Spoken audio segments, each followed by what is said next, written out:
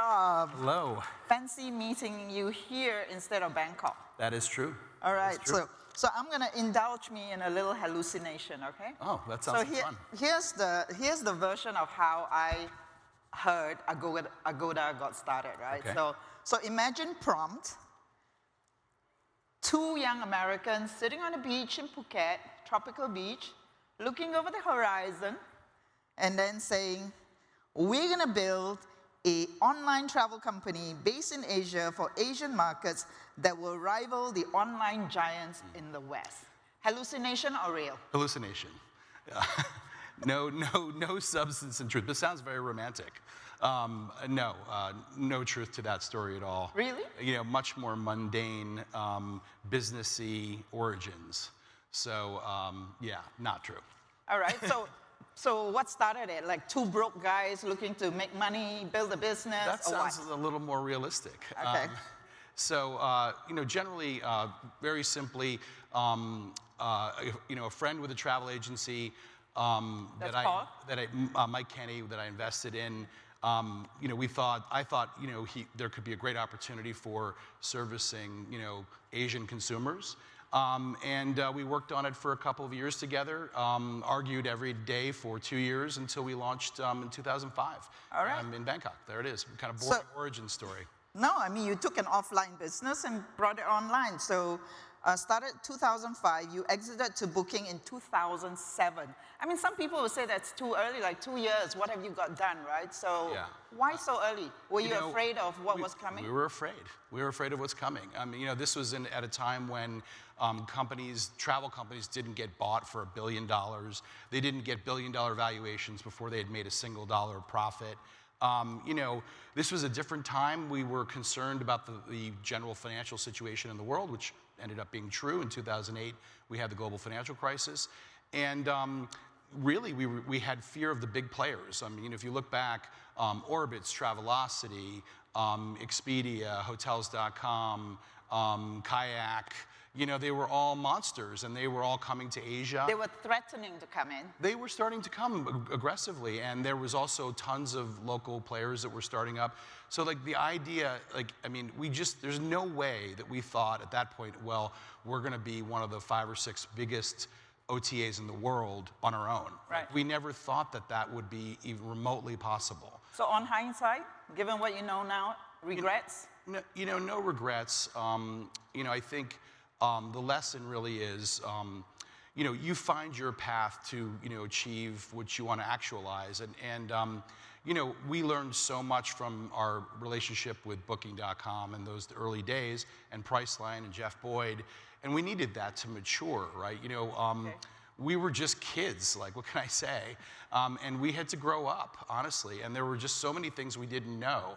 And even though they didn't really put any money into the business or even drive any demand or any supply for our business, we had to do it all ourselves. Having a relationship with people who knew things that helped. That you didn't know was essential. So no regrets. So your earnout was till 2011. Yes. And then you stayed on as CEO for another decade, or to 2018. Yes. And you're now still the chairman, right? That's correct. So my question is, what is it about some organizations that makes founders stay on? I mean, Steve is still with Kayak after all these years.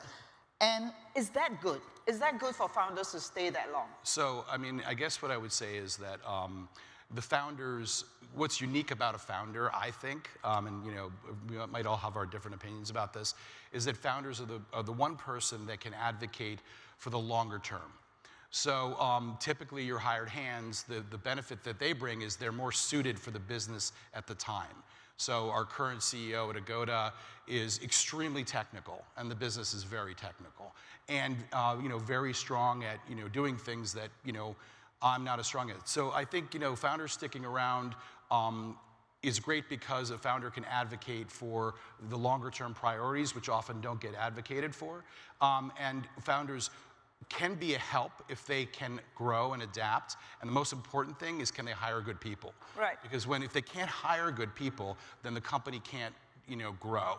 That's the key difference between a helpful founder and a disastrous founder who sticks around. All right, so you're clearly a helpful founder then because you're still there.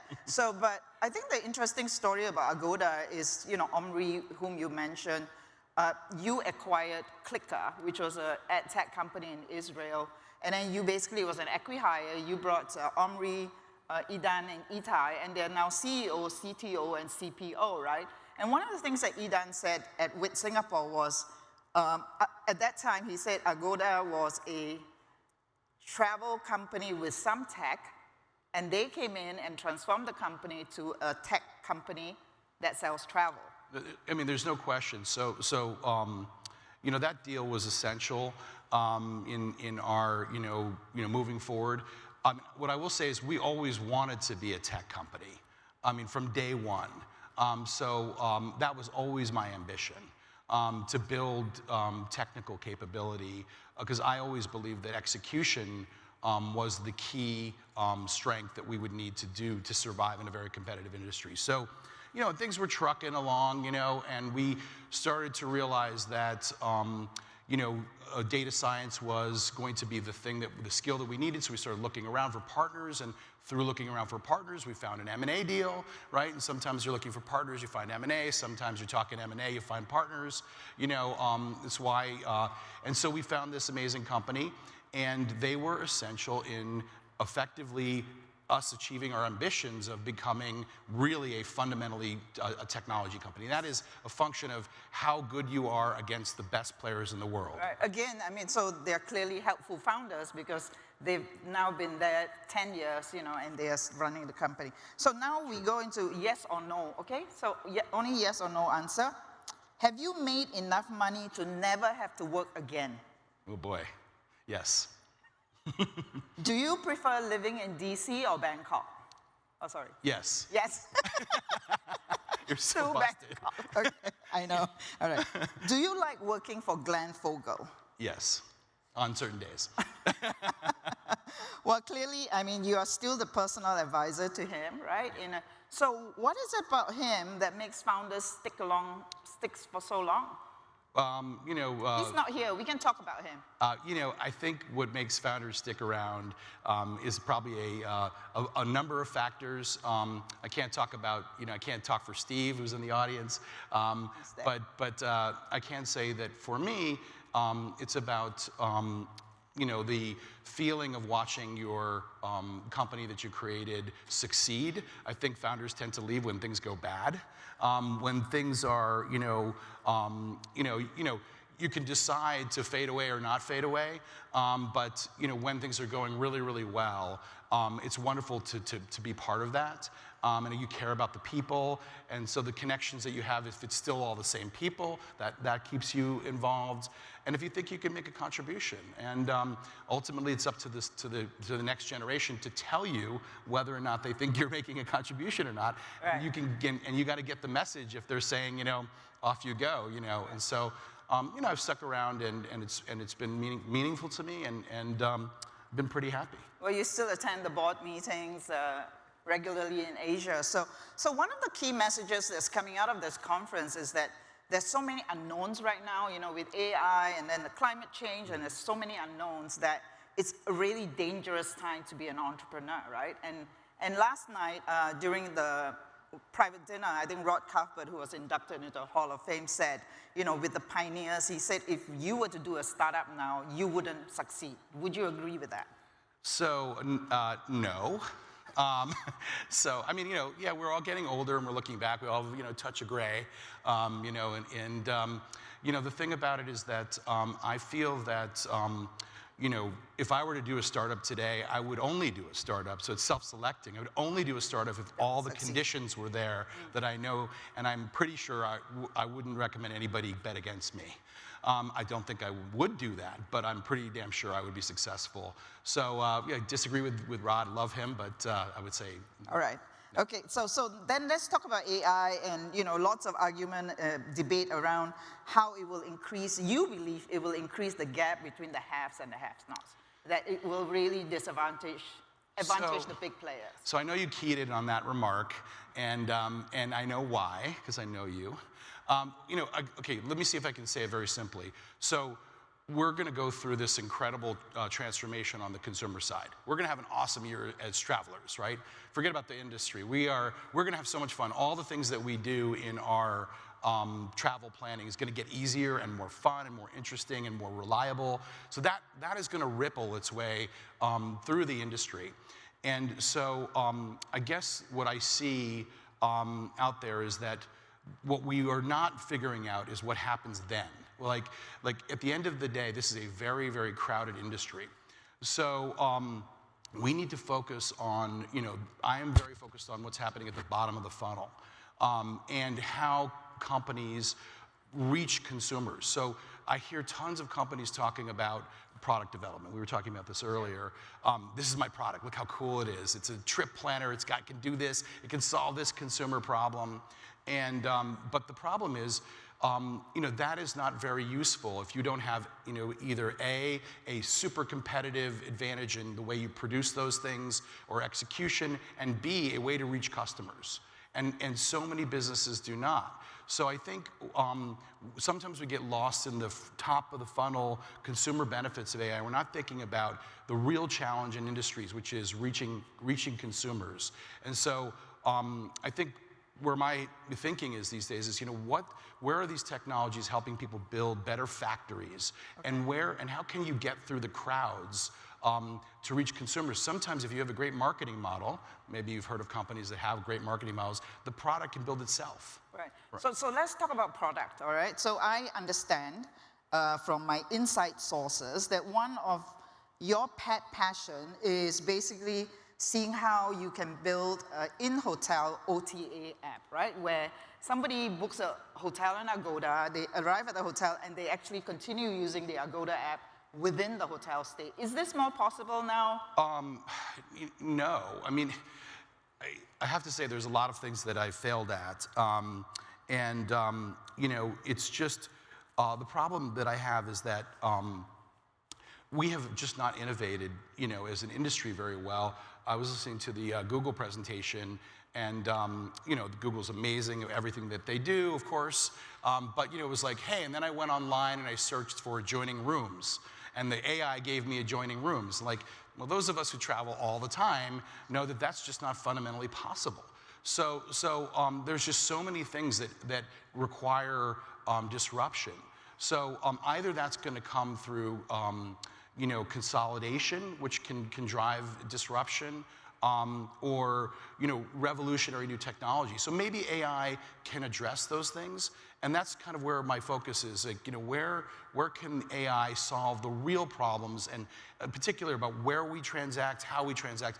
I just hate checking into a hotel. Yep. All right, it's miserable, right? And I'd like to see us solve some of those problems instead of focusing all of our time on the travel journey part, which I think is important. I just think it's the less sexy parts and the tools that help us get there. Okay, so let's move on to the sexy topic of Asia, right? Everybody's talking about the Asia-Pacific opportunity. It's evolved a lot. You have big local giants. You got the Travelocas, you got the Trip, Make My Trip, very home markets, and then you got the global one, right? So how does a pan-Asian global OTA like Agoda compete in those markets?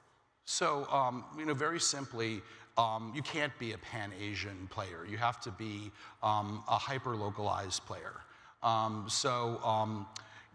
If you look at these different marketplaces, so Asia is a collection of very different countries that are not. It's not a singular unit block. It is very disparate countries, very disparate languages, very disparate cultures. You cannot succeed. So let's talk about Korea, where the products are just so fundamentally different. The way that the accommodation properties are structured, they just don't look like American properties. In Japan, meal plans are essential. Like payment options are very different. Everything is different in each one of these markets. So we've invested huge sums of money in localization, and that's why we are still here. And that's why we are, doing as well as we're doing. So it's basically like almost building a series of local verticals within a a global framework? I mean, I think, it's building what customers need without getting too cute. And trying to build things that you think customers need. So it's narrowing it down to like the real things that you need to operate in that market, the right products, the right kinds of decisions that people can make online. So that's the key, and just not being stupid about it and building out, things and doing it in a way that's cost efficient so that you don't go broke doing it. So of the global OTAs that are operating in Asia, who do you think has had the most success other than Agoda? Well, I mean, I think in my Asia perspective, I look at the Trip Group, which I think is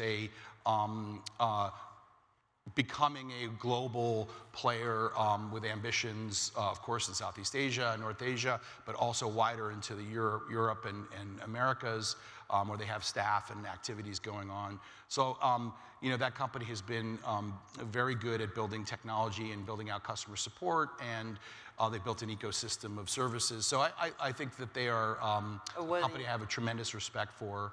Yeah, I think that's the one. All right. So you were involved too, you played a very key part in the acquisitions in Asia, right? Whereas Meituan, Grab, Didi, Yanoja, right? How do you see the Asia Pacific landscape? We're going to see more consolidation? So, it's possible. And which was the best acquisition, investment? Agoda. That was the best one. Other than that, the ones that you advised. So I think all these deals, like strategics, invest in different ways from traditional investors. So we're not really investing to get like a pure cash return. We're not investing other people's money. So typically we're investing to pursue strategic objectives, increasing demand, sharing supply, sometimes just learning about the way markets operate. So, I mean, each one of these acquisitions has had pros and cons. Some have been disappointing, right? Some of them have been disappointing. They have. Like which one? Well, I'd rather not get into the full details of exactly all the disappointments that we've had on that front, especially since our current CEO is the former head of M&A. But I will say that when things don't go as planned, there's opportunities to learn. So we have learned a ton from those. We've learned about the markets, about marketing in those markets, about the customers, about the products. We've gotten better at customer service as a result. We've generated a lot of business and commercial activity from those partnerships. So again, a partnership can be commercial or it can involve some kind of investment. Sometimes when you put your own money in, you can get a slightly tighter relationship and get a better commercial deal. And so these are not rocket science. They're all about learning things. Yeah. And they've been big wins. And even the ones that have not gone according to plan, I think have raised the game. And you see how well Agoda has done over the last couple of years.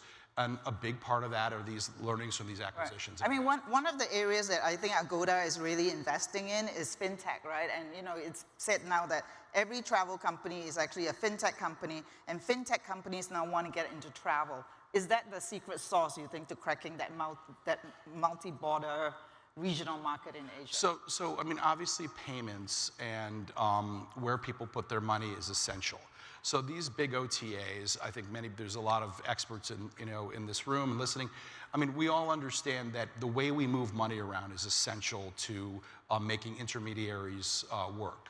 So I don't think it's anything super special about Asia.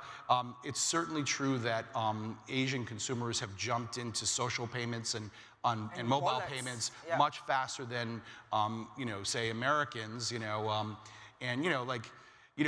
Sometimes we regret that. We regret that we've moved so slow. It's like the U.S. blues. It's like everything's happening slower than in Asia. And so, what I would say is that, but it's not super complicated, right? I mean, at the end of the day, you've got to provide.